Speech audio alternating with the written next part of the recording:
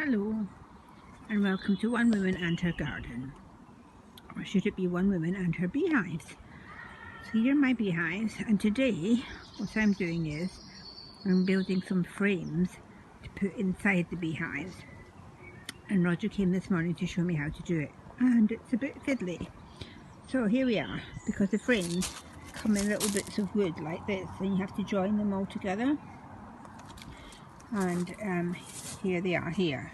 So these big ones here, these are frames that go in the brood box. So Roger did one and showed me how it should be done, and then I tried to do the same, and mine is not nearly so good.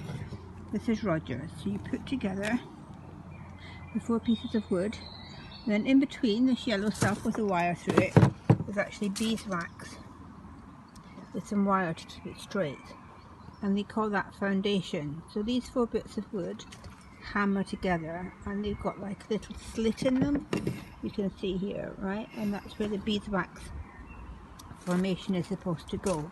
And you can see the beeswax has got little bee-shaped, hexagonal shaped cells for the bees to build in. It just encourages them to build their honeycomb on this foundation. If you didn't have it, they'd build their own comb anyway, but it wouldn't be a nice square comb across the frame because they kind of build it in loops, so it would probably look like this, be all loopy.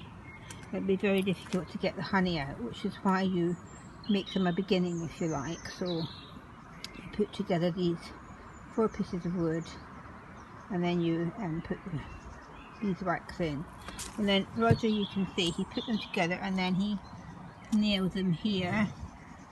Oops.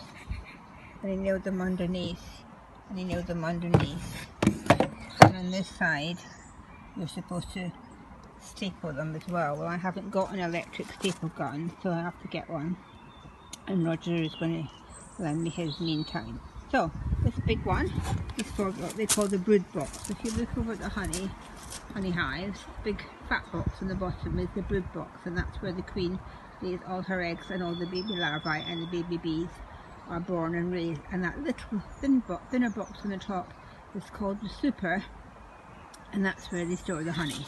And so these frames here you can see these frames here are skinnier, and these are the super frames, and so they are made in the same way. Now it is 3 o'clock in the afternoon, and Roger came round at 10, and I need 11 frames for the brood box, of which I have one that Roger made and one that I made, and I need 11 frames for the super, which I've not done too badly. I've done 6 so far.